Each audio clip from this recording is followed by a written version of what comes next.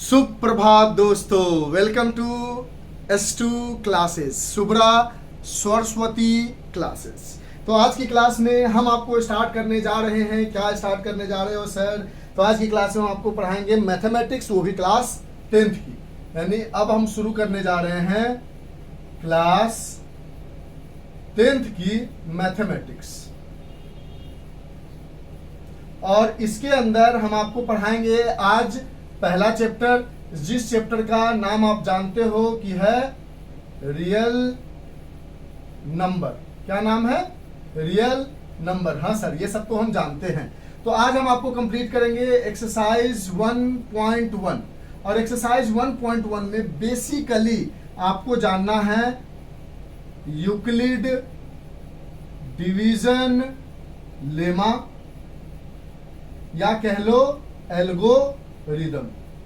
यानी Euclid sir थे जो एक मैथमेटिशियन थे, जिन्होंने डिवीजन करने का एक एल्गोरिदम दिया था। उसी के रिगार्डिंग इस चैप्टर में हम सारे क्वेश्चंस करेंगे, चीजों को समझेंगे, जानेंगे, इसके सारे एग्जांपल्स करेंगे और एक्सरसाइज के क्वेश्चंस करेंगे विदाउट एनी गैप। तो अगर आप बैठे हो पढ़ने के लिए तो अच्छे से इसको सारी चीजों को नोट डाउन करना। क्वेश्चन जब हम लिखेंगे तो पहले आप खुद ट्राई करना, एक दो क्वेश्चन बताने के बाद, फिर अगर नहीं बनेगा तो हमसे सॉल्यूशन देख लो। तो इन सब चीजों को शुरू करना से पहले हम आपसे कुछ छोटी मोटी चीजें जो क्लास 6 से आप पढ़ते आ रहे हो वो पूछना चाहते हैं। सबसे पहला चीज, आप जानते हो कि जब हम किसी चीज को डिवाइड करते हैं तो यहां पर लिखते हैं हम डिवाइजर, यहां पर लिखते हैं हम डिविडेंड, यहां पर लिखते हैं हम कोशेंट, और जो कट कटा के नीचे बच जाता है उसको हम लिखते हैं रिमेंडर। ठीक है, ये लॉजिक तो जानते हो। अब दिख रहा है आपको, देखो डिवाइजर यहाँ पे बाहर में, डिविडेंड अंदर, क्वोशिएंट यहाँ, रिमाइंडर यहाँ।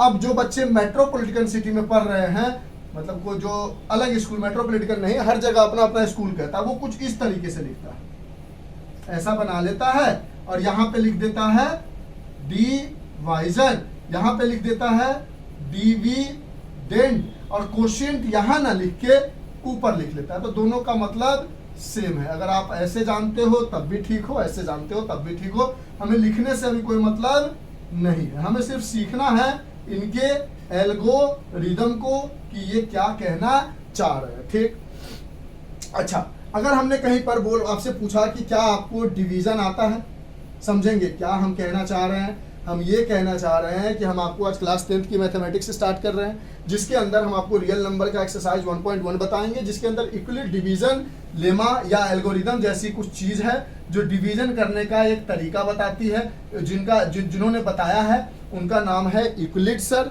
अब उसके अकॉर्डिंग हम समझेंगे। उसके बाद हमने समझाया कि जब भी डिवाइड करते हैं तो इस वाले पोर्शन को डिविडेंड कहते हैं, इस वाले पोर्शन को डिवाइजर कहते हैं, और इस वाले पोर्शन को क्वोशिएंट कहते हैं, और इस वाले पोर्शन को रिमाइंडर कहते हैं। अगर आप कहीं दूसरे स्कूल में कभी कभी क्वोशिएंट को यहाँ ना लिख के ऊपर लिखता है तो उससे कोई फर्क पड़ने वाला नहीं है। तो ये सारी चीजें तो आप जानते हो। दूसरी चीज, अगर हमने पूछा आपसे कि क्या आपको डिवीजन आता है फ्रैक्शन का, तो आप बोलोगे क्या मजाक कर रहे हो सर, क्लास 6 से पढ़ के आ रहे। कोई बात नहीं, जिन बच्चों को थोड़ा भी कंफ्यूजन है उनके लिए। अगर हमने लिखा 5/2, तो देखो जो भी हमारा न्यूमरेटर हो वो बड़ा हो छोटा हो उससे कोई मतलब नहीं है। न्यूमरेटर ऑलवेज आएगा डिविडेंड में, यानी इस बीच वाले पोर्शन में न्यूमरेटर आएगा, और जो हमारा डिनोमिनेटर है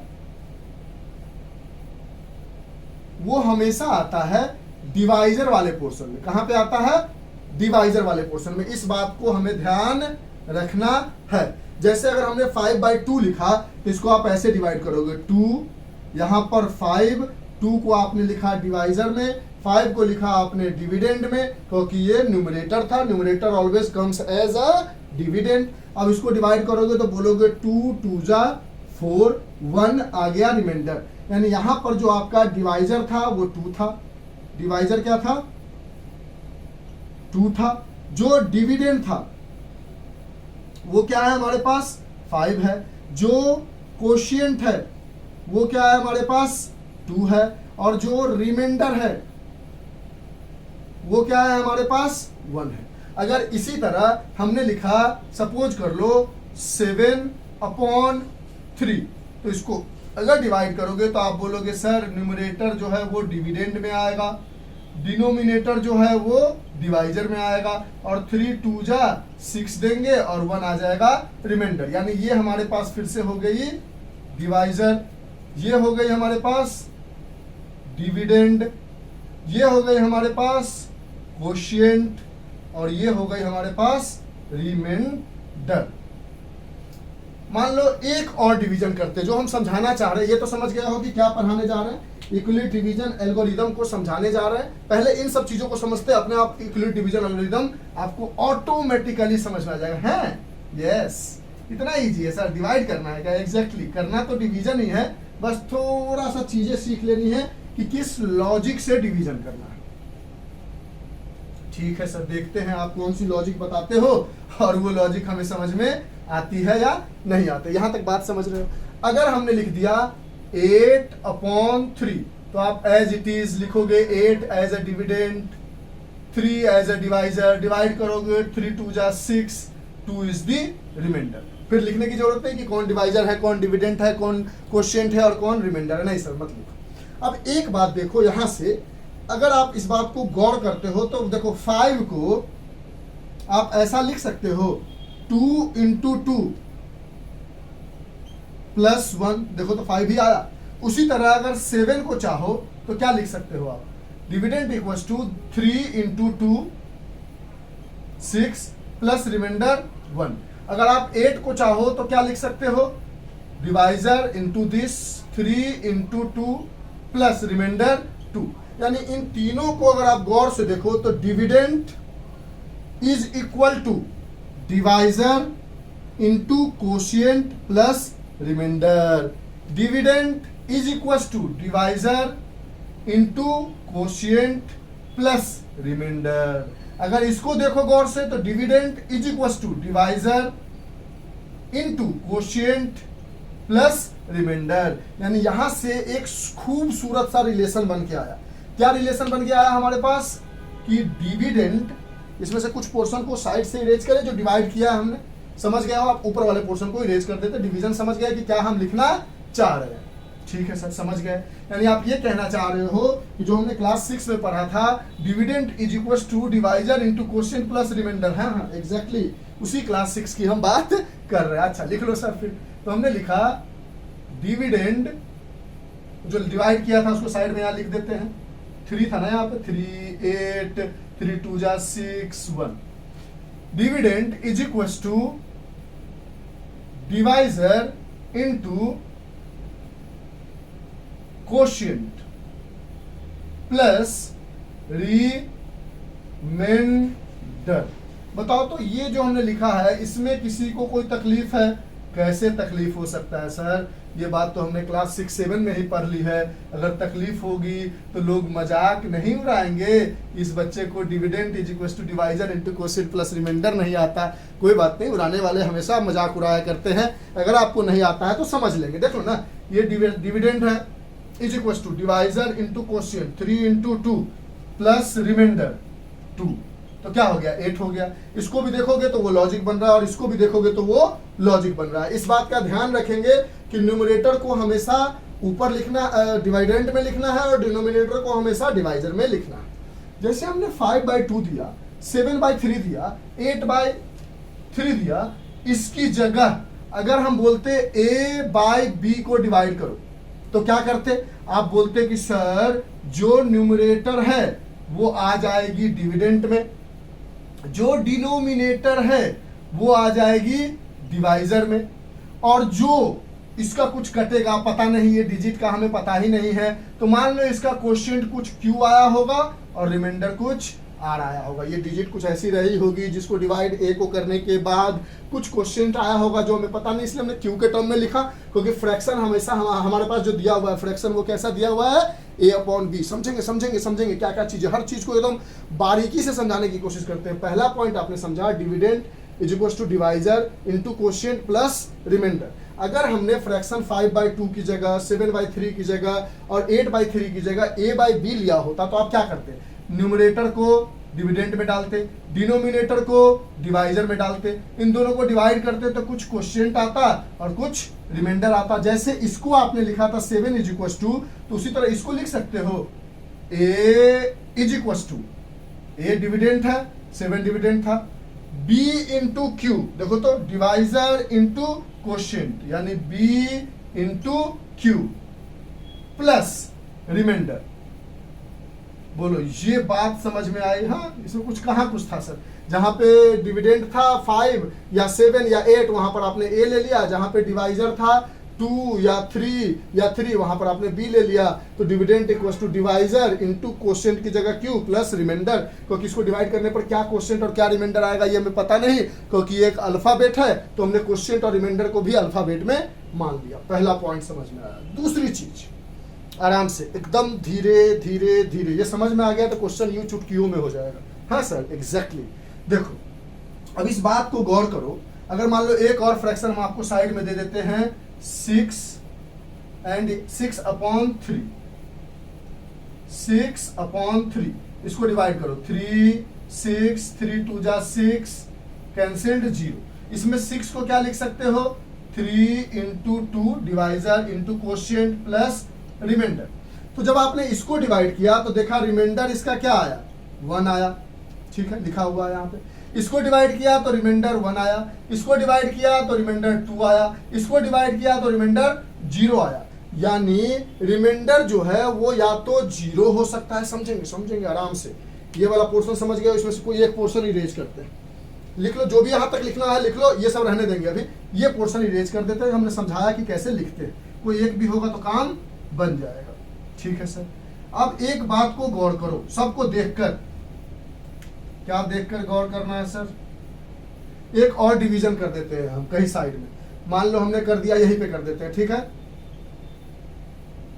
23/2 इसको डिवाइड करोगे 2 डिवाइजर में आएगा, 23 डिविडेंड में आएगा, 1 से दोगे 2 कट जाएगा यानी 0 आ जाएगा, 3 आएगा, 1 से दोगे 2 और 1 रिमाइंडर बच जाएगा। ठीक है, यहां तक हुआ।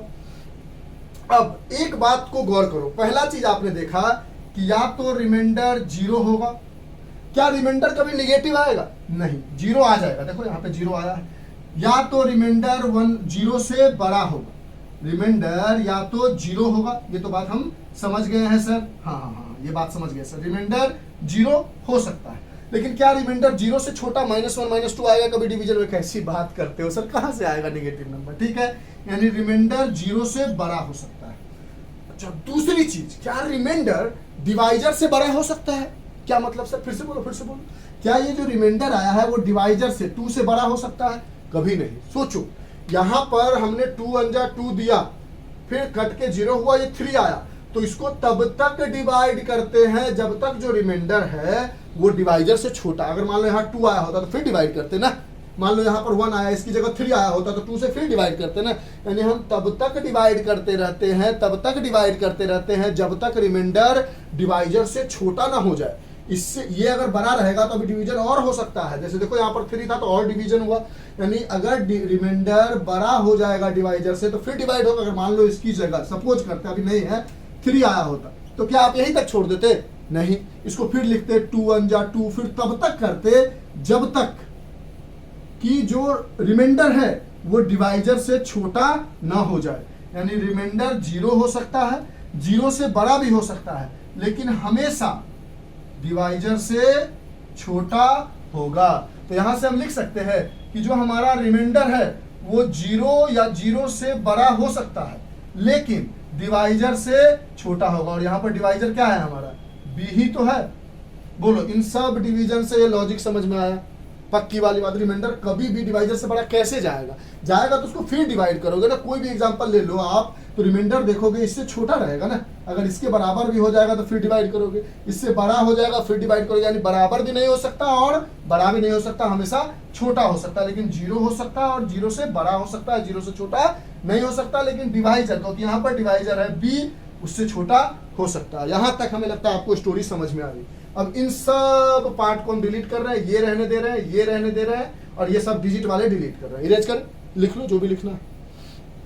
यानी यहां से आपने देखा क्या देखा सर, ये वाला पोर्शन लिख लिया, रिमाइंडर 0 हो सकता है, 0 से बड़ा हो सकता है, लेकिन डिवाइजर से उसको छोटा होना पड़ेगा। अब यही है यूक्लिड डिवीजन लेमा। क्या है देखो सर, अब देखो, अब समझ गए हो आप यूक्लिड डिवीजन लेमा। अब आप समझ गए हो, कहां समझे सर, तो यूक्लिड डिवीजन लेमा कहता है यूक्लिड डिवीजन लेमा या एल्गोरिथम क्या कहता है सर, ये कहता है given two positive integer a and b, there exists a unique q and r where r greater than or equal to 0 but less than equals to b।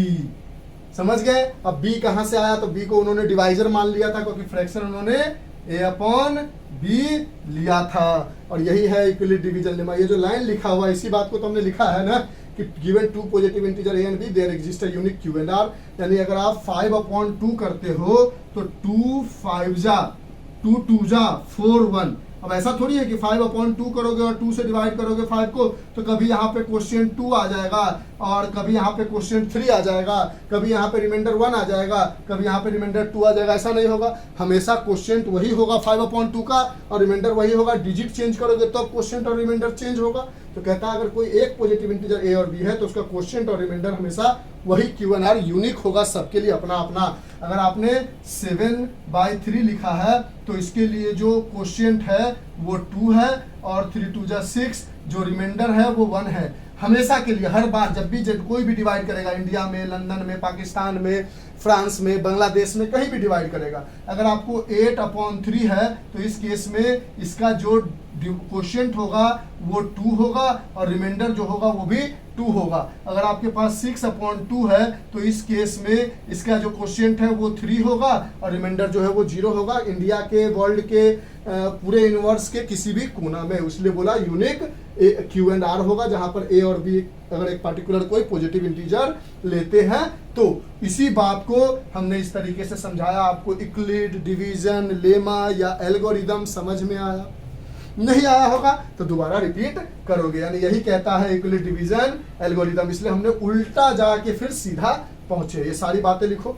अब हम इसको डिलीट करते हैं, मतलब इरेज करते हैं। डिलीट मतलब इरेज करते हैं। यानी यूक्लिड डिवीजन लेमा कहता है a equals to bq plus r where r is greater than और equal to 0 but less than b। यानी वही है a मतलब dividend equals to divisor into quotient plus remainder, वही बात करता है। ठीक है, चलो अब हम आगे बढ़ते हैं। अब आपको आता है how to find the HCF by using long division method. अब ये जान गए तो अब और यूक्लिड डिवीजन लेमा थोड़ा और क्लियर हो जाएगा। यहां तक चीजें हमने आपको समझाई है, कोशिश की है कि आपको चीजें समझ में आए। यही है यूक्लिड डिवीजन लेमा, कैसे गए वहां तक, कैसे पहुंचे, ये समझ में आया। अब आपका नेक्स्ट क्वेश्चन कहता है, मतलब नेक्स्ट बात कहता है जिसकी मदद से आप यूक्लिड डिवीजन लेमा के क्वेश्चन को आगे प्रोसीड कर पाओगे। How to find HCF by long division method. जैसे हमने मान लो क्वेश्चन में दे दिया आपके पास 135 एंड 225, 135 एंड 225। अब इसका हमने बोला कि bye using long division method HCF निकाल के दिखाओ। तो देखो इसका निकालने का क्या तरीका, आराम से जो इसमें से छोटा नंबर है उसको पहले डिवाइजर में ले लो और जो बड़ा नंबर है उसको डिविडेंड में ले लो। अगर आप 2 बार में दोगे तो 5 2 जा 10, 3 2 जा 6, 1 7 एंड 2 ज्यादा हो जाएगा, तो 1 बार में दो 135। 5 में से 5 गए 0, 12 में से 3 गए 9, ये कैंसिल आउट हो गया, यानी ये खत्म हो गया। इसको नहीं लिखते, ऐसे काट भी सकते हो आप। यहां तक किया। अब कहता है लॉन्ग डिवीजन मेथड में कि जो आपका रिमाइंडर आया, अब वो फिर से डिवाइजर बन जाएगा और जो आपका डिवाइजर आया वो अब फिर से डिविडेंड बन जाएगा। फिर डिवाइड करो। और ये प्रोसेस तब तक चलता रहेगा जब तक रिमाइंडर 0 नहीं हो जाता। अब इसको दोगे तो 92 जा 180 होता है, 1 बार में दोगे 95, 13 माइनस 9 इज 4 और ये कट के हो गया 0, यानी इसको नहीं लिखो, खत्म हो गया। ओके, कैरी फॉरवर्ड लिया। अभी भी रिमाइंडर क्या 0 है? नहीं सर, तो जो भी रिमाइंडर है वो डिवाइजर बन जाएगा और उसके जस्ट प्रीवियस वाला जो डिवाइजर था वो अब डिविडेंड बन जाएगा। यानी पहले ये वाला डिवाइजर डिविडेंड बना और ये रिमाइंडर डिवाइजर बना, अब ये रिमाइंडर डिवाइजर बना और ये डिविडेंड, ये डिवाइजर अब डिविडेंड बना। अब ये आया 245 2 जा 90 0 0। अब आगे आपको नहीं बढ़ना। ये है how to find the HCF by using long division method. मान लो एक और क्वेश्चन उठाते हैं, ठीक है। अगर एक और क्वेश्चन कहता है आपको, इसी जगह बता देते हैं। दूसरा क्वेश्चन कहता है, मान लो सपोज कर लो, दूसरा क्वेश्चन हम लेते हैं 867 and 225 find the HCF by using long division method, the number is 867 and 225। तो क्या करोगे आप कहोगे कि सर 225 को हम लिख लेते हैं डिवाइजर में, क्योंकि ये छोटा है, यहाँ पर छोटा को डिवाइजर और बड़े को डिविडेंड बनाना है। 867 वो फ्रैक्शन में होगा तब छोटा बड़ा नहीं देखना, फ्रैक्शन में होगा तब छोटा बड़ा नहीं देखना। जो न्यूमरेटर होगा वो डिविडेंड होगा, जो डिनोमिनेटर होगा वो डिवाइजर होगा। ऐसे होगा तब छोटे को डिवाइजर और बड़े को डिविडेंड। अब इसको अगर हमने 2 बार में दिया तब भी चलेगा, 3 बार में दिया तो 5 3 जा 15, 5 2 2 जा 4, 3 2 जा 6 1 7, 3 2 जा 6, 3 बार में दे सकते हैं, 4 बार में ज्यादा हो जाएगा। यानी 5 3 जा 15, 1 इज द कैरी, 3 2 जा 6 एंड 1 7, 3 2 जा 6। अब 7 minus 5 is 2, 16 minus 7 is 9 and 7 minus 6 is 1, 192 आया। क्योंकि ये रिमाइंडर अभी 0 नहीं हुआ तो ये रिमाइंडर हमारा बन गया डिवाइजर और जो पुराना डिवाइजर था वो बन गया डिविडेंड। अब इसको हमने 2 बार में देंगे, ज्यादा हो जाएगा, 1 बार में दिया 192, 5 में से 2 गए 3 और 12 में से 9 गए 3, ये 0 हो गए, नहीं लिखा। अभी भी रिमाइंडर 0 आया, नहीं सर। फिर इसको बना दिया हमने डिवाइजर, ये हो गया हमारा डिविडेंड।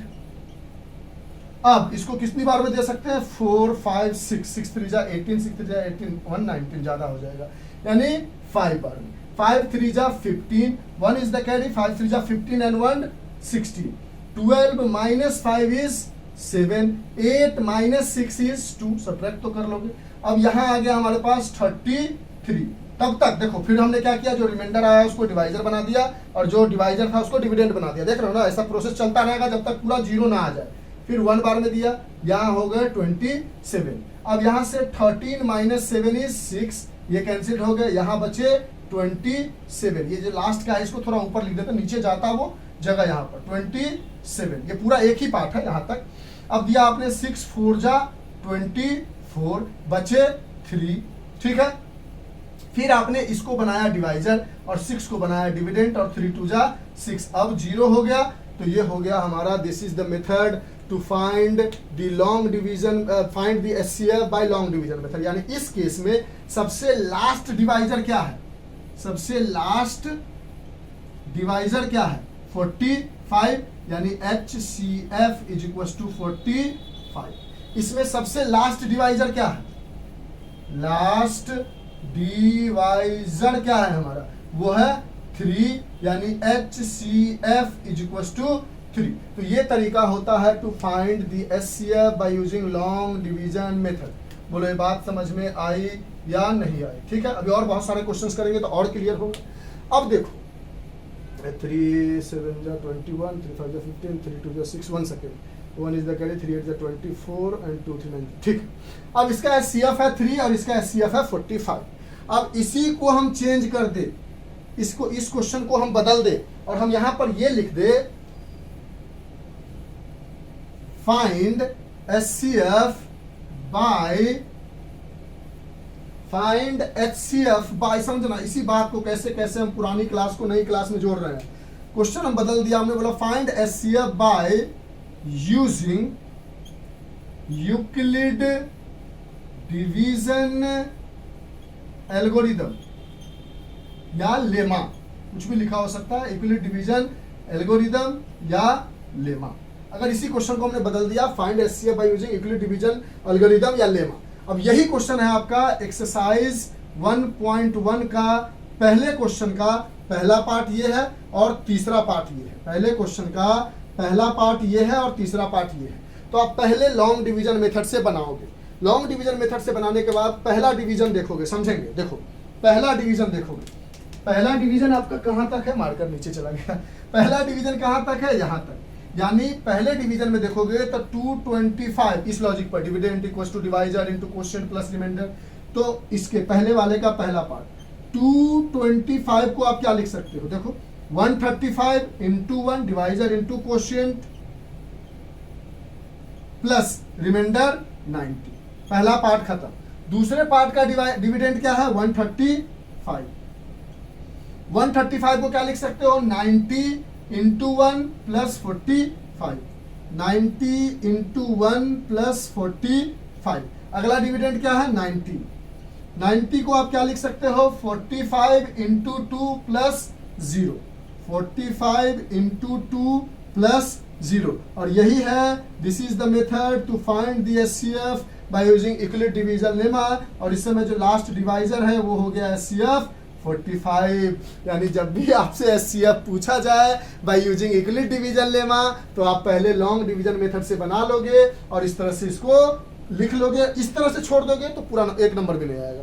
इसको इस तरह से करना होगा। तो क्या सर इसको रफ में करेंगे या फेयर में करेंगे, जहां पे बना रहे होंगे वहीं करेंगे, कोई दिक्कत नहीं होगा। अब मान लो इसी क्वेश्चन को, अब इसको हमें यूक्लिड डिवीजन एल्गोरिथम के थ्रू लिखना है। अब तो ऊपर वाला मिटा दे, अब तो लॉजिक समझ में आ रहा। ठीक है सर, अब ये मिटा सकते हो आप, हम आपको अलाउ करते हैं। Thank you thank you thank you. ये सब लिख लेना, समझ लेना। देखो वीडियो में एक आपके साथ फायदा है। क्या सर कैसी बात कर रहे हो, कोई फायदा नहीं है। ऑफलाइन क्लास में ज्यादा मजा आता है। I can understand, offline class is the best class, लेकिन हम यहाँ पे आपको बहुत स्लोली चलते हैं, जिस वजह से हो सकता है कि हमारा वीडियो थोड़ा लेंथी जाए, लेकिन आप आराम से पढ़ोगे ना तो मजा आएगा। इसलिए हम आप लेंथ पे बिल्कुल ध्यान नहीं दे रहे हैं, हम कॉन्सेप्ट पे ध्यान दे रहे हैं। ठीक है, अगर इसको हम लिखेंगे तो क्या लिखेंगे, पहला हमारा डिविडेंड है 867, डिवाइजर है 225, क्वोशिएंट है 3 और रिमाइंडर है 192। अब इधर पर ध्यान नहीं देंगे, सिर्फ कंसंट्रेट करेंगे इस पे। तो हम पहला लिखेंगे 867 इज 225 इंटू 3 प्लस 192। अब इस पर ध्यान नहीं देंगे, अब इस पर ध्यान देंगे। जो दूसरा डिवीजन है, दूसरा डिवीजन में क्या है 225 is divisor into quotient 192 into 1 plus remainder 33। अब फिर इस पर ध्यान नहीं देंगे, अब इस वाले पर ध्यान देंगे। लास्ट वाला डिवीजन जो है हमारा उस पर। अब है हमारे पास 192 इज 33 इंटू 5 प्लस 27। फिर आगे ध्यान देंगे, 33 को डिवाइड किया है। 33 is 27 into 1 plus 6। 27 into 1 plus 6। फिर अब डिवाइजर हमारा क्या बना है डिविडेंड 27। तो 27 is 6 into 4 plus 3। 6 into 4 plus 3। अब डिविडेंड क्या है 6। 6 को लिख सकते हैं 3 इंटू 2 प्लस 0। जब 0 आ गया रिमाइंडर में तो बात खत्म।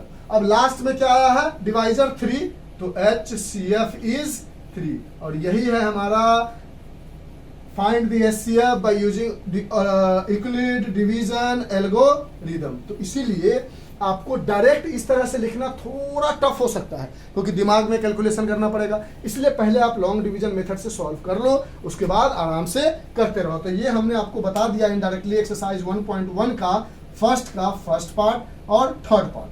फर्स्ट का एक्सरसाइज 1.1 के फर्स्ट का जो सेकेंड पार्ट है वो है हमारे पास 196 एंड 38220। अब इसको कहता है find the HCF by using Euclid division lemma और एल्गोरिथम। फिर करते हैं स्टार्ट। 196 को लिखेंगे डिवाइजर में, 38220 को लिखेंगे डिविडेंड में।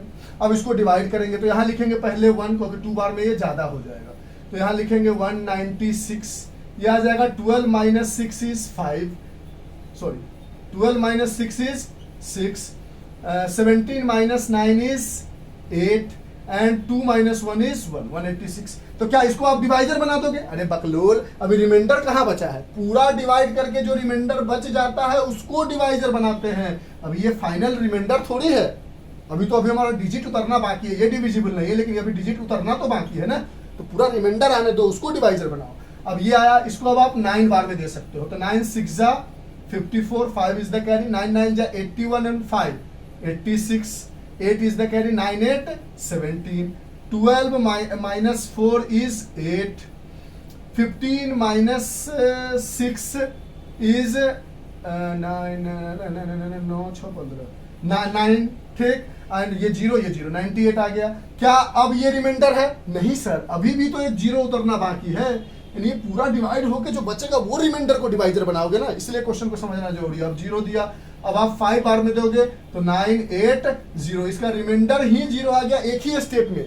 समझो ये कभी भी ऐसा क्यों नहीं हो पाया, क्योंकि ये हम किसको बनाते हैं? डिवाइजर, जो हमारा रिमाइंडर बच के आता है। इसका जब पूरा डिवीजन होकर रिमाइंडर 0 आया, यानी इसको सीधा लिख सकते हो 38220 इज 196 इंटू 195 प्लस 0, और इसका SCF हो जाएगा लास्ट डिवाइजर, और वो लास्ट डिवाइजर हमारा फर्स्ट डिवाइजर ही है, तो SCF इज 96। बस इक्वली डिवीजन लेमा से आपको सिर्फ ये लाइन लिखनी थी, ये नहीं करनी थी, लेकिन ये हमने करके दिखाया। समझ रहे हो ना? देखो ना, आप इस बात पे कंफ्यूज मत करना। अच्छे खासे बच्चे कंफ्यूज कर जाते हैं, अरे भैया इसको पूरा डिवाइड करने के बाद, अरे दीदी इसको पूरा डिवाइड करने के बाद जो हमारा बचा वो रिमाइंडर है, इसमें अभी पूरा डिवाइड होते होते रिमाइंडर तो 0 हो गया ना। पूरा डिवाइड करके जो रिमाइंडर बनेगा उसको फिर डिवाइजर बनाओ, और पुराने डिवाइजर को डिविडेंड बनाओ। ऐसा इसमें बन ही नहीं पाएगा क्योंकि पूरा डिवाइड करने पर ये ऑलरेडी 0 आ गया। तो इस तरह से हमने आपको एक्सरसाइज 1.1 का फर्स्ट का तीनों पार्ट समझा दिया। अब एक एग्जाम्पल में भी क्वेश्चन है, एग्जाम्पल नंबर फर्स्ट। किसी को डिलीट करे एक को, चलो इधर से एक डिलीट कर दे। तो एक्सरसाइज 1.1 का फर्स्ट क्वेश्चन पूरा बता दिया। अब एग्जाम्पल नंबर फर्स्ट है हमारे पास, उसमें भी कहता है find the SCF bye using Euclid division algorithm, और नंबर है 4052 and 12576। 4052 and 12576 is the number. अब उसी तरह इसको डिवाइड करेंगे, तो अब अलग से ही हटा लेते हैं क्योंकि इसका डिवीजन थोड़ा लंबा जाएगा। हटा ले, ये सब लिख लिया होगा ना आपने, बहुत सारा मौका मिला है लिखने का, तो लिख लेना आप। चलो अब इसको हम डिवाइड करते हैं। एक तरफ लिख लिया हमने, यहाँ करते हैं, अगर जरूरत पड़ेगी तो फिर आगे ले जाएंगे, नहीं तो उसमें आप कंफ्यूज कर जाते हो, सर कैसे ऊपर नीचे ले जा रहे हो। सब इरेज कर दे, ये इरेज कर देते हैं, यहाँ पे करते हैं जगह पर ही, तो हम आपको ये मिटा देंगे। Find the SCF bye using Euclid division algorithm. हमारे पास है 4052 डिवाइडेड 12576। अब इसको 3 बार में देते हैं, तो क्या होगा? 3 2 जा 6, 5 3 जा 15, 3 1 जा 0 और 1 कैरी है तो 1, 4 3 जा 12, 6 minus 6 0, 7 minus 5 is 2, 5 minus 1 is 4, ये खत्म ये खत्म, 31 करने की जरूरत नहीं, हटा लो। अब ये फाइनल रिमाइंडर है तो ये डिवाइजर बन जाएगा। अब ये डिविडेंड बन जाएगा जो पहला डिवाइजर था। अब इसको डिवाइड करो, इसको कितनी बार में दोगे? 9 बार में, 10 बार में तो 4 2 0 0 हो जाएगा। 0 9 2 जा 18, 1 is the carry, 9 4 जा 36 and 1 37, सही दिया। 9 0 9 2 जा 18, 1 is the carry, 9 4 जा 36 and 1 37। 2 15 minus 8 is 7, 9 minus 7 is 2। ये सब तो माइनस समझते हो ना, किसी में भी कंफ्यूज कर जाते हो? नहीं सर। अब ये फाइनल रिमाइंडर है, अब इसको डिवाइजर बना दो और 420 को डिविडेंड बना दो। अब इसको फिर 1 बार में दो, तो ये 272 को 2 बार में देख के लग रहा है ज्यादा हो जाएगा। 10 minus 2 is 8, 11 minus 7 is 4 and 3 minus 2 is 1।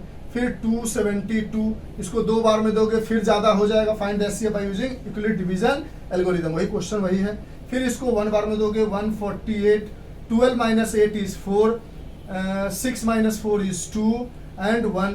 फिर इसको 148 दोगे 1 बार में 124, 4 minus 8 minus 4 is 4, 4 minus 2 is 2, ये खत्म। यहाँ 124 दोगे, अब इसको आप कितनी बार में दोगे? 6 बार में दोगे तो ज़्यादा हो जाएगा, 5 बार में दोगे।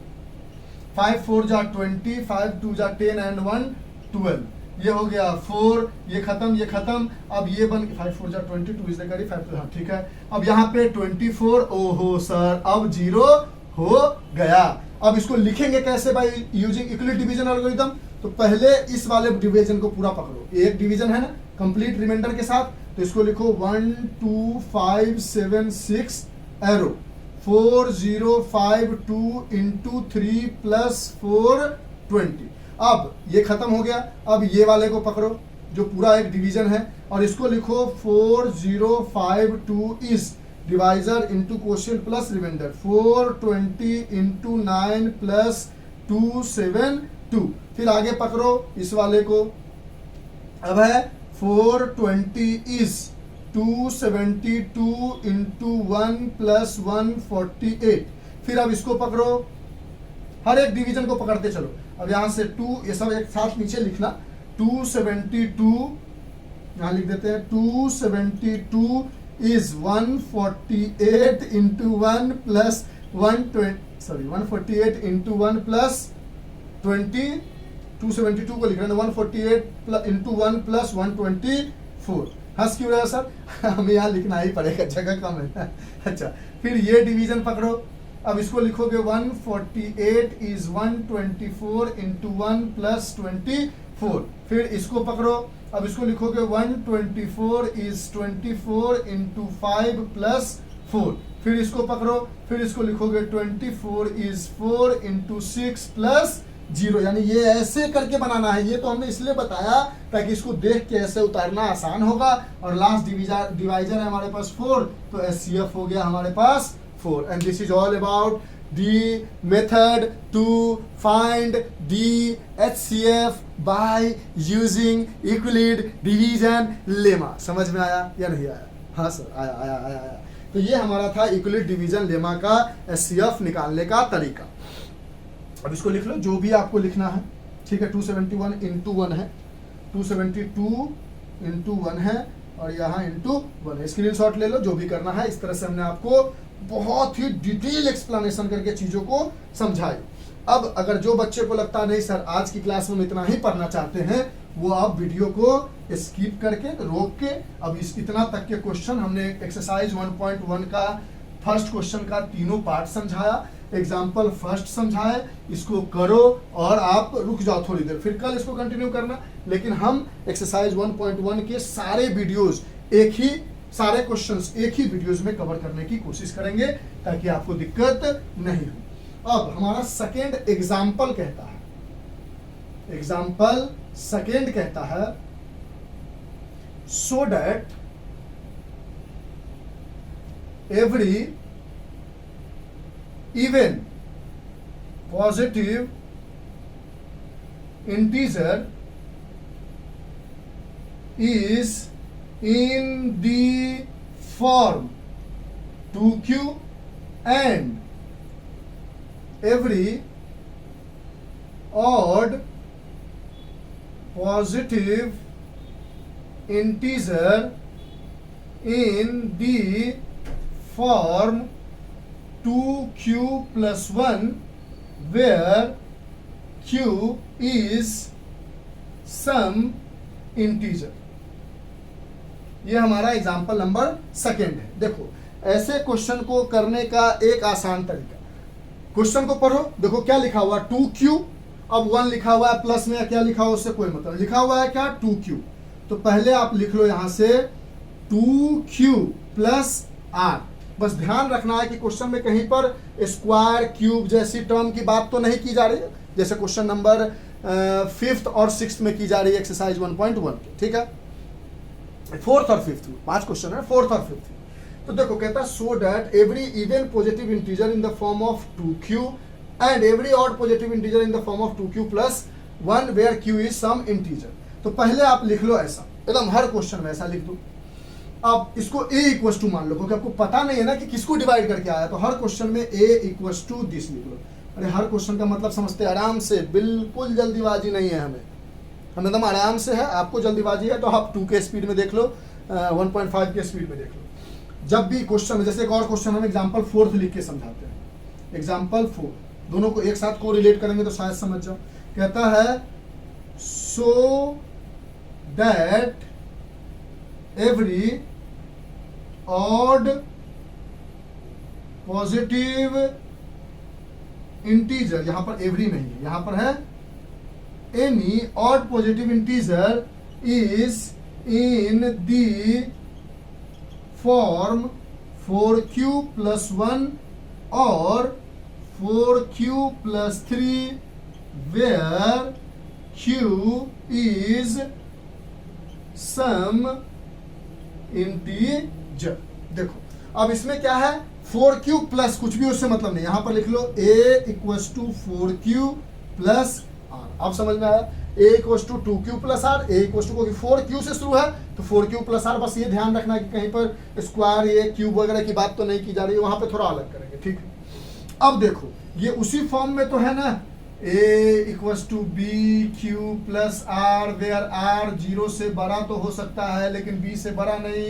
यानी यहां पर अगर आप लिखो देखोगे तो आपके पास है a equals to 2q plus r, यानी b क्या है 2 है, यानी रिमाइंडर क्या क्या हो सकता है, 0 से बड़ा हो सकता है लेकिन 2 से बड़ा नहीं होगा, यानी रिमाइंडर यहां पर 0 हो सकता है या 1 हो सकता है, और कुछ हो सकता है नहीं, 2 भी नहीं हो सकता। बात खत्म। ये लॉजिक पकड़ में आए, इसको नोट डाउन कर लो, इसको हम इरेज करने जा रहे हैं, कर लिया नोट डाउन। अब यहां पर हमें एक बात समझ में आई कि इसका रिमाइंडर या तो 0 हो सकता है या तो 1 हो सकता है। अब एक बार रिमाइंडर इक्वस टू 0 पुट करो तो क्या मिलेगा, a equals to 2q plus 0, जिसको लिख सकते हो a इक्वस टू 2q, और एक बार रिमाइंडर 1 पुट करो तो क्या मिलेगा, a equals to 2q plus remainder की जगह 1, ये मिला। अब एक बात समझ लो कि इवन नंबर क्या होता है, जानते हो ना, इवन नंबर वो होता है जो 2 से डिविजिबल हो। यानी अगर मान लो 2 इंटू कोई भी नंबर यहां रख दो, मल्टीप्लाई करो, वो इवन नंबर ही आएगा। यहां पर मान लो आपने 7 रखा, क्या आएगा 14, यहां पर मान लो आपने 8 रखा, क्या आएगा 16, यहां पर मान लो 9 रखा, क्या आएगा 18। ये सब क्या है, इवन नंबर। यानी इवन नंबर वो होता है that is a multiple of 2, जो 2 के मल्टीपल हो, यानी उससे 2 अगर मल्टीप्लाई हो और डिवाइडेड बाय 2, दोनों तरीके से आप एक ही बात कह रहे हो, डिवाइडेड बाय 2, जो 2 से डिवाइड हो सके या जो 2 का मल्टीपल हो, वो क्या होता है, इवन नंबर। ठीक है, तो यहां पर हमने लिखा, यहां लिख दिया हमने a इक्वस टू 2, ब्रैकेट में लिख दिया q। अब q कुछ भी होगा क्योंकि ये 2 से मल्टीप्लाई हो जाएगा, तो ये हो गया इवन। अब ऑड को समझते हैं, ऑड नंबर को। ठीक है, क्वेश्चन लिख लिया होगा आपने, क्वेश्चन इरेज कर देते हैं या ये पार्ट हटा देते हैं, ये नहीं रहने देते हैं, या यहाँ पर अच्छे से लिख देते हैं। चलो, ये इवन हो गया, कहता है so that every even positive integer in the form of 2q है, हर पॉजिटिव इंटीजर 2 से मल्टीप्लाई होने के बाद कोई भी नंबर इवन बन जाएगा। दूसरा, जब आपने रिमाइंडर 1 डाला था तो a equals to 2q plus 1 आया था। ऑड क्या होता है, ऑड को समझ लो, जो 2 का मल्टीपल हो उसके बाद कुछ 1 जुड़ा हो। देखो 2 इंटू 7 प्लस 1 करो तो 2 इंटू 7 14 बन जाएगा, इवन तो बन जाएगा, जैसे ही 1 जोड़ोगे 15 बन जाएगा। यानी जो भी इवन बन रहा है उसमें अगर प्लस 1 जोड़ दो तो वो ऑड बन जाएगा। तो यहां से बोल सकते हो a इक्वस टू 2 ब्रैकेट में q प्लस 1, और ये बोलोगे ऑड। बात खत्म, हो गया, क्वेश्चन कंप्लीट।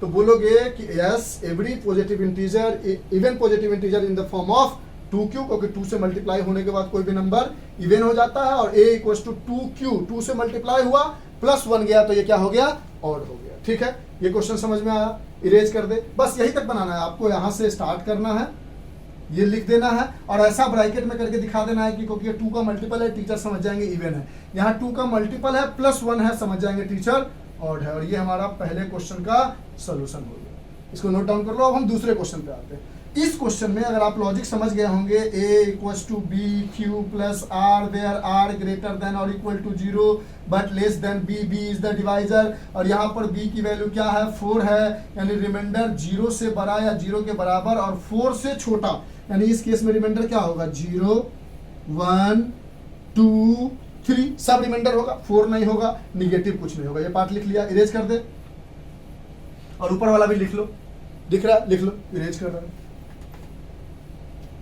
आराम से समझो, मजा आएगा, सीरियसली बता रहे हैं। अब हर रिमाइंडर की वैल्यू को यहां पुट करो, जो भी क्वेश्चन में हमने लिखा है उस रिमाइंडर की वैल्यू को आप पुट करो। ये है, अब एक बार r is equal to 0 put करो तो क्या आएगा, a equals to 4q plus 0 that is a equals to 4q। इसको लिख सकते हो a equals to 2 into 2q। अब ये जो भी नंबर है 2 से मल्टीप्लाई हो रहा है यानी ये इवन है। फिर r is equals to 1 put करो तो a equals to 4q plus 1, तो a equals to 2 into 2q plus 1। ये जो भी नंबर है वो इवन है, उसमें 1 ऐड हो रहा है यानी ये जो भी नंबर है वो ऑड है। फिर r की वैल्यू 2 पुट करो, हर वैल्यू को पुट करना है, ये बात ध्यान रखनी है। तो r की वैल्यू 2 पुट की तो a equals to 4q plus 2। अब इसमें देखो इस पूरे में से आप 2 कॉमन ले सकते हो तो क्या आएगा 2q प्लस 1। अब ये देखो वो ऐसा था 2q प्लस 1 यानी ये q अलग था तब जाके प्लस 1 हो रहा था, ये पूरा का पूरा नंबर 2 से मल्टीप्लाई हो रहा था, क्या बन जाएगा इवन बन जाएगा ना। सोचो ना ये नंबर कुछ भी है आप डालो, q की जगह बोलो कोई भी नंबर बोलो, 3 बोलते हैं सर, तो लो 2 इंटू 3 प्लस 1 तो ये हो जाएगा 6 प्लस 1 7 और इंटू 2 14 इवन बन जाएगा ना। यानी ये ओवरऑल मल्टीप्लाई है और ये मल्टीप्लाई के बाद प्लस है, लॉजिक को समझेंगे, मल्टीप्लाई के बाद प्लस है और ओवरऑल मल्टीप्लाई यानी ये इवन हो गया। ठीक है सर, अब हम r की जगह 3 पुट करके देखते हैं। तो हमने जैसे ही r की जगह 3 पुट किया तो a equals to 4q plus 3 हुआ। अब इसको थोड़ा और सुंदर बनाते हैं, कैसे सर, इसको हम लिख सकते हैं a equals to 4q plus 2 plus 1। अब इसमें से आप 2 कॉमन ले सकते हो, 2 कॉमन लिया तो 2q प्लस 1 आया, प्लस 1 आया, ये पूरा तो इवन बन गया, लेकिन उसमें फिर 1 जोड़ोगे तो क्या बन जाएगा ऑड बन जाएगा। इतना करने के बाद कहता so that any odd positive integer in the form, यहाँ पर एनी इसलिए लिखा है क्योंकि वो कुछ स्पेशल की बात कर रहा है, और पिछली बार में एवरी इसलिए लिखा हुआ था क्योंकि हर पॉजिटिव इंटीजर इवन इंटीजर जो होता है वो 2q होता है। ठीक है, ऑड पॉजिटिव इंटीजर जो है वो 4q प्लस 1 और 4q प्लस 3 होनी चाहिए। ठीक है, दुनिया का हर ऑड 2q प्लस 1 होता है और हर इवन 2q होता है। तो देखो ये इवन है यानी ये नहीं होगा, ये ऑड है, और ऑड क्या है a equals to 4q plus 1, बात तो सही है। ये इवन है, ठीक है, ऑड क्या है a equals to 4q plus 3, तो यहां से लिखोगे yes any odd positive integer in the form of odd positive integer is always in the form of 4q plus 1 4q plus 3 where q is some integer. Proof करके भी दिखा दिया कि ये दोनों इवन है तो ये ऑड तो है नहीं, और ये दोनों ऑड है और ऑड चाहिए था तो ऑड 4q प्लस 1 और 4q प्लस 3 के फॉर्मेट में है। थोड़ा थोड़ा समझ में आया, धीरे धीरे एक और क्वेश्चन करके दिखाते हैं। अब एक्सरसाइज का सेकेंड क्वेश्चन करके देखते हैं क्या कहता है उसमें। ओ ये लिखा था ना आपने, चलो मौका मिला होगा आपको लिखने का तो लिख लेना, ध्यान से निकल जाता है बताने में। और सेकेंड क्वेश्चन कहता है so that every नहीं any, सिर्फ एक ही क्वेश्चन में एवरी था जो पहला एग्जांपल था, क्योंकि वहां पर सही बात है कि 2 से मल्टीप्लाई होने वाला हर नंबर इवन होता है और 2 से मल्टीप्लाई होकर 1 जुड़ जाए तो वो ऑड बन जाता है, इसलिए एवरी था। एनी मतलब कोई एक पार्टिकुलर की बात कर रही है, तो so that any odd positive integer is in the form 6q plus 1 or 6q plus 3 where q is some integer। अब देखो क्वेश्चन लेते हैं। क्वेश्चन में पहला काम क्या करना है सॉल्यूशन में कि भैया a इक्वल्स टू 6q है तो 6q प्लस क्या है उससे मतलब नहीं r लिख लो। अब यहां से आप समझ चुके हो कि a equals to B Q plus r होता है, r ग्रेटर देन और equal to 0 but less than equals to b। b यहाँ 6 है क्योंकि q के साथ मल्टीप्लाई हुआ नंबर ही b होता है, तो यहाँ पर r की वैल्यू 0 से बड़ी होगी लेकिन 6 से छोटी होगी, यानी r की वैल्यू 0 हो सकती है, 1 हो सकती है, 2 हो सकती है, 3 हो सकती है, 4 हो सकती है और 5, इतने सारे नंबर्स हो सकते हैं। इसको इरेज कर दे, ठीक है।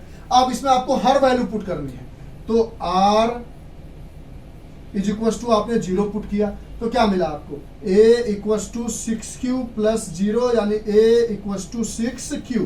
इसको लिख सकते हो a equals to 2 into 3q, सबको इस फॉर्मेट में चेंज करो और ये देख के लग रहा है आपको इवन है। अब आप r की जगह 1 पुट करो, पहले रिमाइंडर पता कर लो और हर वैल्यू पुट करो r की जगह, तो ये हो गया a equals to 6q plus 1। इसको लिख सकते हो a equals to 2 into 3q plus 1 यानी 2 का मल्टीपल इवन, उसमें 1 जुड़ रहा है यानी ये ऑड है। इस तरह से दिखाओगे तो थोड़ा अच्छा लगता है, टीचर को भी समझ में आता है। अब आर की जगह अगर आप 2 पुट करते हो, अभी एग्जांपल 4th रह रहा है, आर की जगह 2 पुट करते हो तो ये क्या आएगा, a equals to 6q plus 2। इसमें से डायरेक्टली कॉमन ले सकते हो, लिख सकते हो a equals to 2 into 3q plus 1। अब ये 2 इंटू समथिंग है, प्लस 1 अलग से नहीं है, यानी ये इवन हो गया। जैसे लास्ट कॉन्सेप्ट में समझाया था, कोई भी नंबर डाल के देखो, 2 डालोगे तो 3 2 6 प्लस 1 7, और ओवरऑल मल्टीप्लाई होगा 2 से, इवन बन जाएगा। फिर आप डालते हो r की जगह 3, तो इसको लिख सकते हो a equals to 6q plus 3, 6q plus 3 यहाँ से मिल जाएगा। a इक्वस टू, इसको थोड़ा और तोड़ लो, 6q प्लस 2 प्लस 1, इसको लिख सकते हो a equals to 2 3q plus 1 bracket close plus 1, क्योंकि इन दोनों में से तो कॉमन मिला, इसमें से कॉमन नहीं मिला, यानी ये भी क्या है, 2 इंटू समथिंग प्लस 1, यानी ये ऑड है। अब r is equals to 4 put करो, 4 पुट करोगे तो लिखोगे a equals to 6q plus 4, इसको लिख सकते हो a equals to 6q plus, हाँ डायरेक्ट कॉमन लो, क्यों इसको तोड़ोगे, 2 कॉमन लोगे तो 3q प्लस 2 आएगा। अब ये क्या है, इवन है, ठीक है। अब आप लास्ट पुट करोगे r की जगह 5 और बोलोगे a equals to 6q plus 5, इसको तोड़ के लिख सकते हो a equals to 2 3q plus, मतलब इसको ऐसा लिख सकते थे, मतलब कहने का ये मतलब है a equals to 6q plus 4 plus 1, और इस पूरे को लिख सकते हो a equals to 2 common 3q plus 2 plus 1। इस क्वेश्चन में थोड़ा और होगा, और देखो बनाते बनाते पता चल जाता है क्वेश्चन क्या है, इसलिए क्वेश्चन रिमाइंड है हमें। 6q प्लस 1, 6q प्लस 3 और 6q plus 5, where q is some integer, ठीक है। क्वेश्चन करेक्ट भी कर लिया हमने। अब ये क्या है, 2 में समथिंग मल्टीप्लाई प्लस 1 है, यानी ये ऑड है। क्वेश्चन क्या पूछ रहा है, so that any odd positive integer in the form of 6q plus 1, 6q even है नहीं, 6q प्लस 1 ऑड है, सही बात है। 6q प्लस 2 पूछ नहीं रहा ऑड में है, इवन भी है, सही बात है। 6q प्लस 3 ऑड है, सही बात है। 6q प्लस 1 ऑड है और 6q प्लस 3 ऑड है। 6q प्लस 4 पूछ भी नहीं रहा क्योंकि ये इवन भी है, और 6q प्लस 5 भी ऑड है, यानी एनी पॉजिटिव इंटीजर जो है वो 6q प्लस 1, 6q प्लस 3 और 6q प्लस 5 के फॉर्म में हमेशा ऑड होगा। और इवन पूछता तो बोलते 6q plus 2 and 6q plus 4 जो है वो इवन होगा। इतना करके छोड़ दोगे, टीचर समझ जाएगा कि क्या आप करना चाह रहे हो। बोलो बात समझ में आ रही है, क्वेश्चन का लॉजिक पकड़ में आ रहा है। अब इसको आप नोट डाउन कर लो, फिर हम आगे बढ़ते हैं। इरेज करें, ठीक है। जहां पे भी आपको लगेगा कि वीडियो थोड़ी सी लंबी जा रही है, सर अब पढ़ने का मन नहीं है, तो आप रुक जाओगे। बिल्कुल हड़बड़ाना नहीं है आपको, आप 2 पार्ट में इसको पढ़ लोगे, 3 पार्ट में इसको पढ़ लोगे, जैसे पढ़ना होगा पढ़ लोगे। हम आपको 1 पार्ट में इसको समझाने की कोशिश करते हैं। अब आते हैं एक क्वेश्चन नंबर फर्स्ट, सेकेंड में ये था, थर्ड में हुआ, 4th नंबर। पहले इस टाइप के क्वेश्चन कर लेते हैं, उसके बाद एक एग्जांपल 4th बचा है और क्वेश्चन नंबर 3rd बचा है, उसको कर लेंगे। आर्मी कंटिजेंट वाला और स्वीट सेलर वाला बचा है। कहता है 4th क्वेश्चन में कि using Euclid division algorithm find, या फिर फाइंड नहीं, सो दैट एवरी ऑड, या फिर सीधा every positive integer is in the form, नहीं क्वेश्चन को करेक्ट करते, कहता है using equilibrium division lemma so that square of every positive integer is in the form of 3m और 3m plus 1 where m is some integer, where m is some integer। अब देखो ऐसा question अगर आपसे पूछ लिया जाता है जहां पे स्क्वायर की बात की जाए, अभी नॉर्मल बात की जा रही थी, तो वहां पर आप 3a इक्वस टू जो था उसको प्लस r लिख देते थे, यहाँ 3m है तो m ना लिख के कुछ और लिख लो, 3q प्लस r लिख लो। अगर ये स्क्वायर नहीं होता, सीधा कहता पॉजिटिव इंटीजर तो 3m प्लस r लिखते, लेकिन स्क्वायर दे दे, क्यूब दे दे, तो आपको 3q यानी जो m है उसको हटा के कुछ और अल्फाबेट मार के r मान लेना, 3 तो लेना ही है। तो using Euclid division algorithm so that square of every positive integer in the form of 3m और 3m plus 1 where m is some integer. ठीक है, अब इस केस में कहानी आप समझ चुके हो, रिमाइंडर क्या क्या हो सकता है, 0, 1 और 2, क्योंकि डिवाइजर 3 है तो 0 हो सकता है, 1 हो सकता है, 2 हो सकता है, 3 तक तो होगा नहीं। अब कहता है स्क्वायर, तो आप करोगे स्क्वायरिंग बोथ साइड। यहां तक समझ गए ना, जब भी स्क्वायर या क्यूब दिया जाएगा तो आप क्या करोगे कि वो जो नंबर 3m में है तो उसको 3q प्लस r ले लोगे, 3q है तो 3m प्लस r ले लोगे, यानी अल्फाबेट को बदल दोगे, 3 को एज इट इज रहने दोगे। अब रिमाइंडर ये हो गया। अब आप करोगे स्क्वायरिंग बोथ साइड्स। अब दोनों साइड स्क्वायर करोगे तो a का square is 3q plus r का होल स्क्वायर, ये हो जाएगा a स्क्वायर इज, अब a प्लस b का होल स्क्वायर क्या होता है, a square plus b square plus 2ab।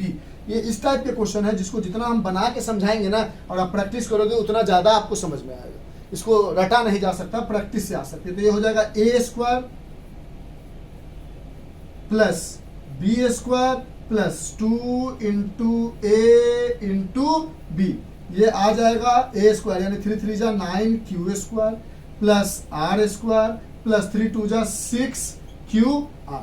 अब क्या क्या वैल्यू पुट करनी है r की, फर्स्ट में हमें पुट करना है r इज इक्वल टू 0। जैसे ही 0 डालोगे तो a स्क्वायर है ना, यहाँ पे a square is equal to 9q square plus 0 square plus 6q into 0, यानी ये आ जाएगा a स्क्वायर इज, ये पूरा 0, ये 0 ये 0 हो जाएगा तो 9q स्क्वायर, और ये हो जाएगा a square is 3 into 3q square.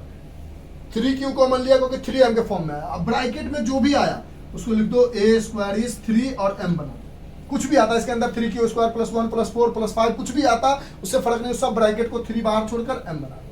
अब r की वैल्यू और क्या पुट करोगे सर, अब r की वैल्यू 1 पुट करते हैं।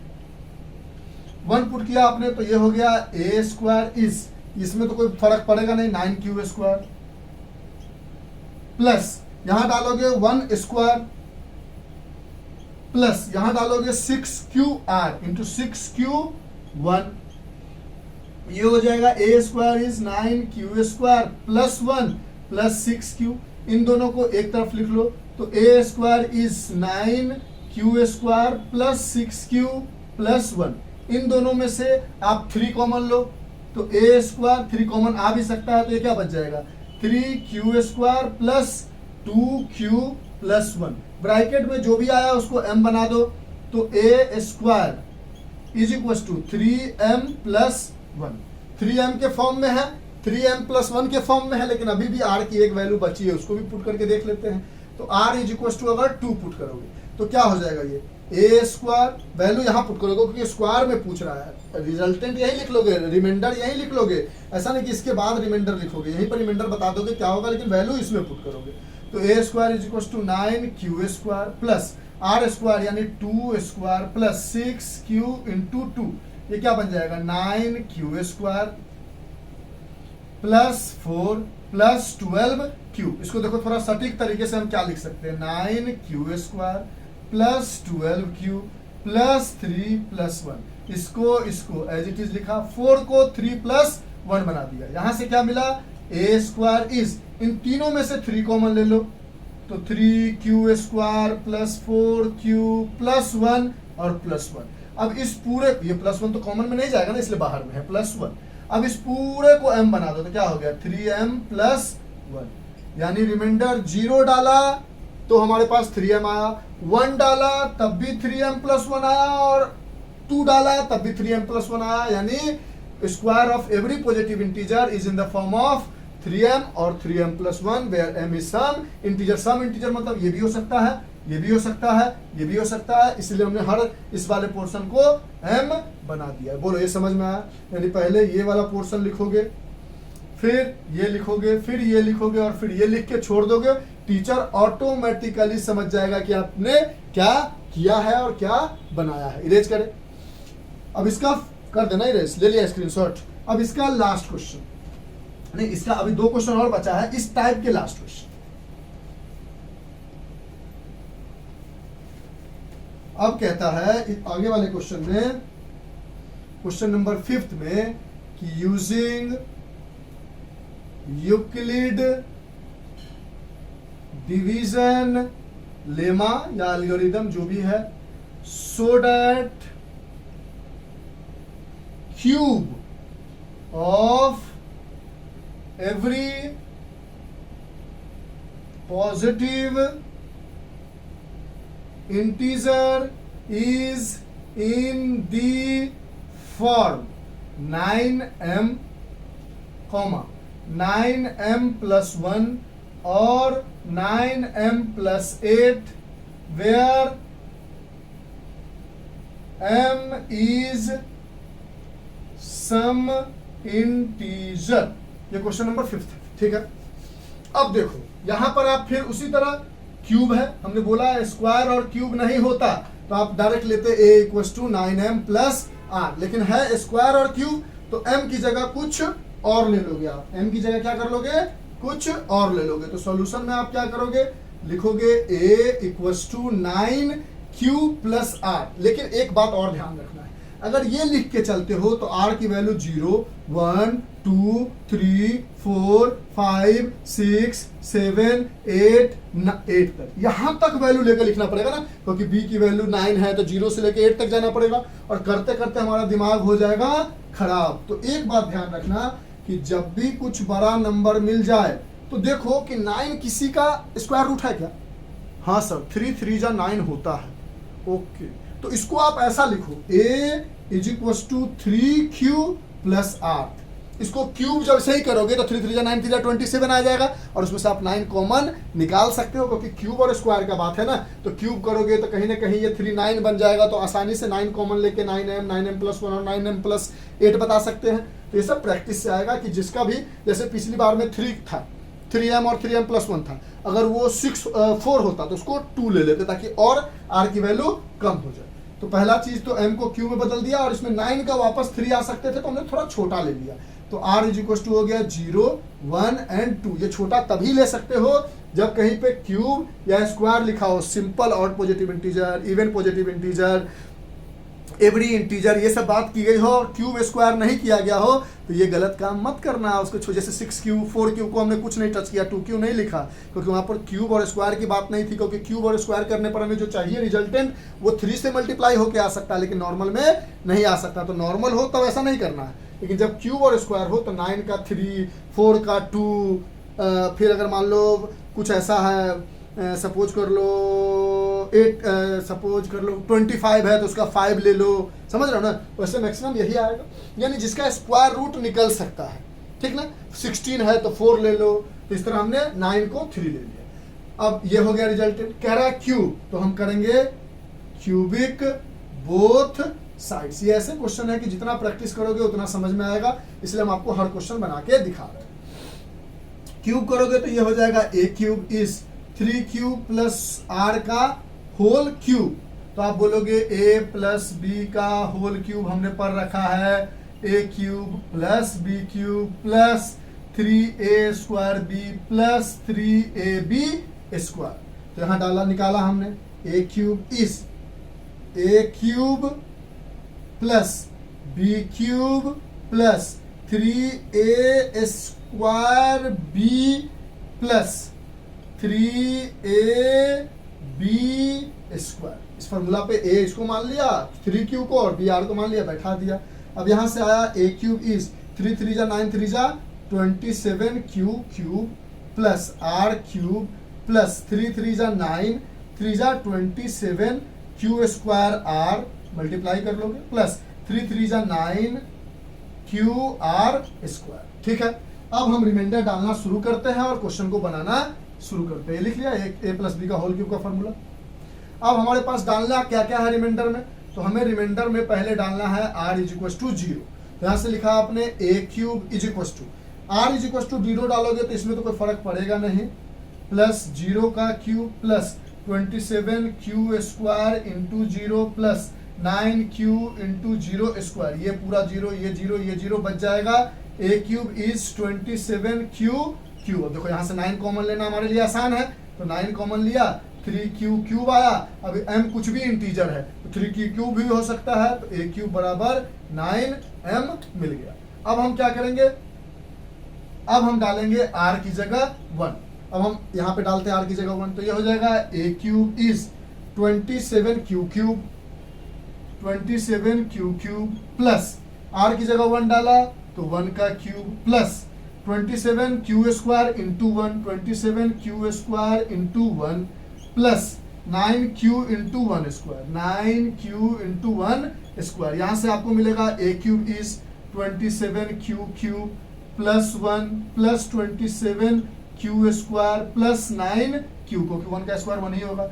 इसको और इसको एक साथ लिख लो, 1 को इधर लिख दो, तो ए क्यूब बराबर 27 Q cube plus 27 Q square plus 9 Q plus 1। अब इन सब में से आप 9 कॉमन ले लो, क्योंकि 9m के फॉर्म में चाहिए, तो ये हो जाएगा ए क्यूब इज 9 कॉमन, तो आ जाएगा 3 Q cube plus 3 Q square plus 3 Q plus 1। Bracket के अंदर जितना है सबको m मान लो, तो ए क्यूब बराबर 9m प्लस 1 आ गया। हो गया, 9m के फॉर्म में है, 9m प्लस m के फॉर्म में है। अब हम डालते हैं r की जगह 2, एक वैल्यू और हमें डालनी है, r की जगह क्या 2। कहाँ डाले, क्वेश्चन को इरेज करके नहीं डाल देते। r की जगह अगर हमने 2 डाला तो देखो क्या होगा, ए क्यूब इज 27 क्यू क्यूब में कोई प्रॉब्लम होगा नहीं, 2 का क्यूब डालोगे तो 2 2 जा 4 2 जा 8 हो जाएगा, प्लस इसका क्यूब डालो, यहाँ पर 2 डालोगे तो 27 इंटू 2 54 क्यू स्क्वायर हो जाएगा, प्लस 2 का स्क्वायर होगा 4 और इंटू 9 करोगे तो 36 क्यू होगा। 2 डालो हर जगह r की जगह, जहाँ क्यूब है वहाँ क्यूब करो, जहाँ स्क्वायर है वहाँ स्क्वायर करो, ये रिजल्ट आ जाएगा। इसको और इसको एक साथ लिख लो, तो क्या हो जाएगा, ए क्यूब बराबर 27 Q cube plus 54 Q square plus 36 Q plus 8।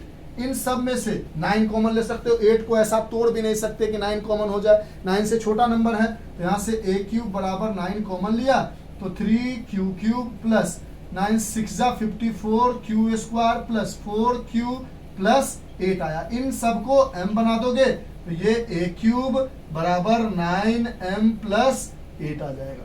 यानी yes, using Euclid division lemma we have shown that cube of every positive integer in the form of 9m और 9m प्लस 1 और 9m plus 8। बोलो बात समझ में आई अच्छे से, clear cut.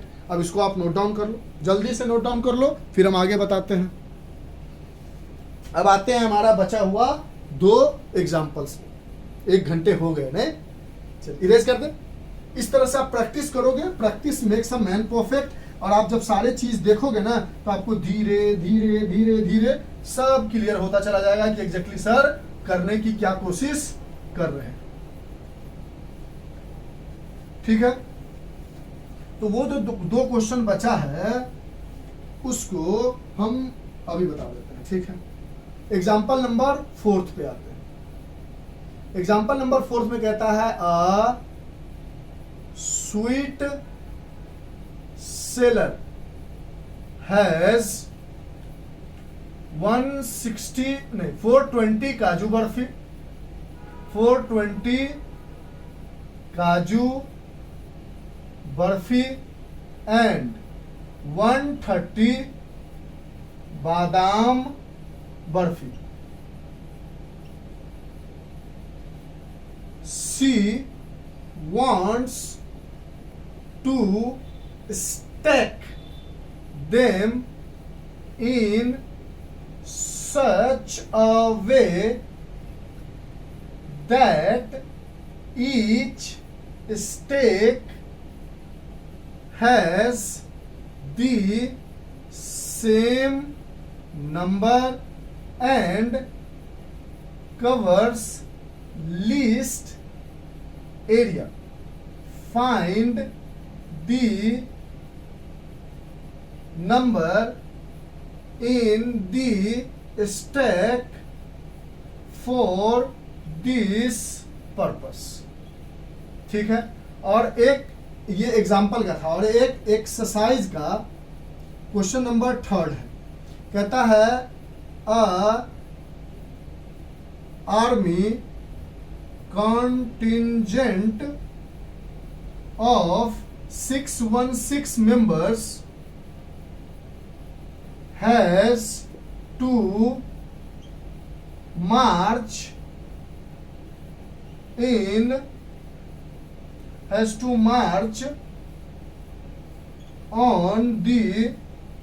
on 32 members.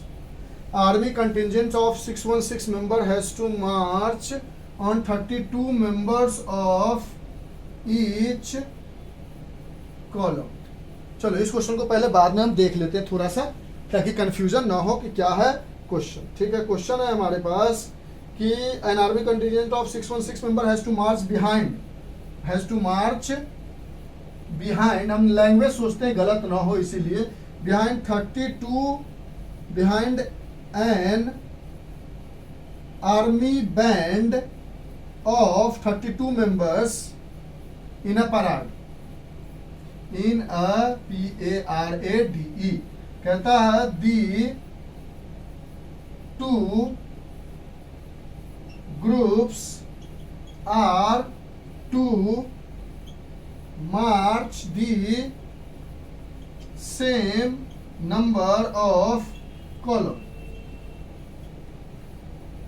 What is the maximum number of column?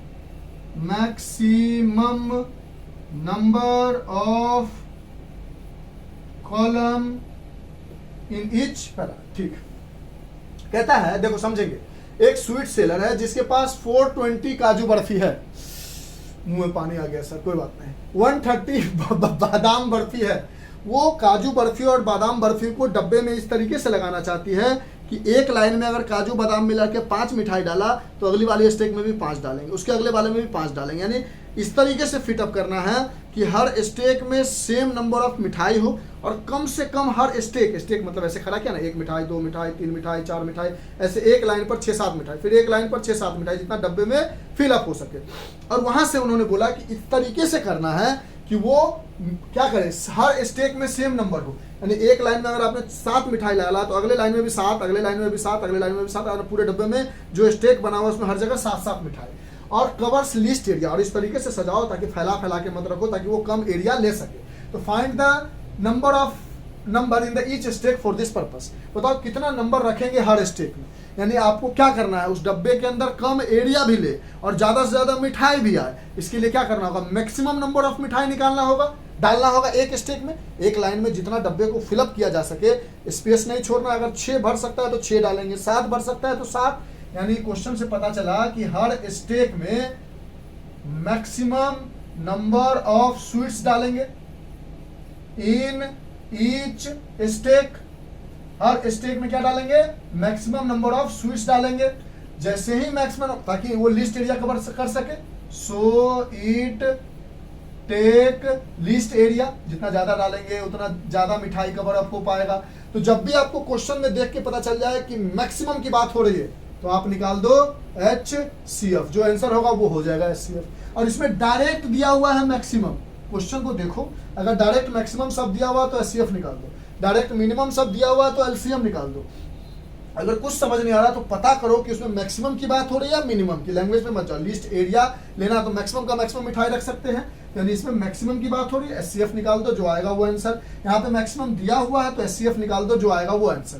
कैसे निकालोगे HCF, 130 को यहाँ लिखो, 420 को यहाँ लिखो, इसको दोगे 2-3 बार में, तो 0 3 3 जा 9, 3 3 90, 0 12 माइनस 9 इज 3, ये कट गया, और यहाँ आ गया 130, इसको 4 बार में दोगे 120, ये आ गया यहाँ पर 10, और ये आ गया 30, और ये 3 बार में कट जाएगा 30, और ये हो जाएगा 0।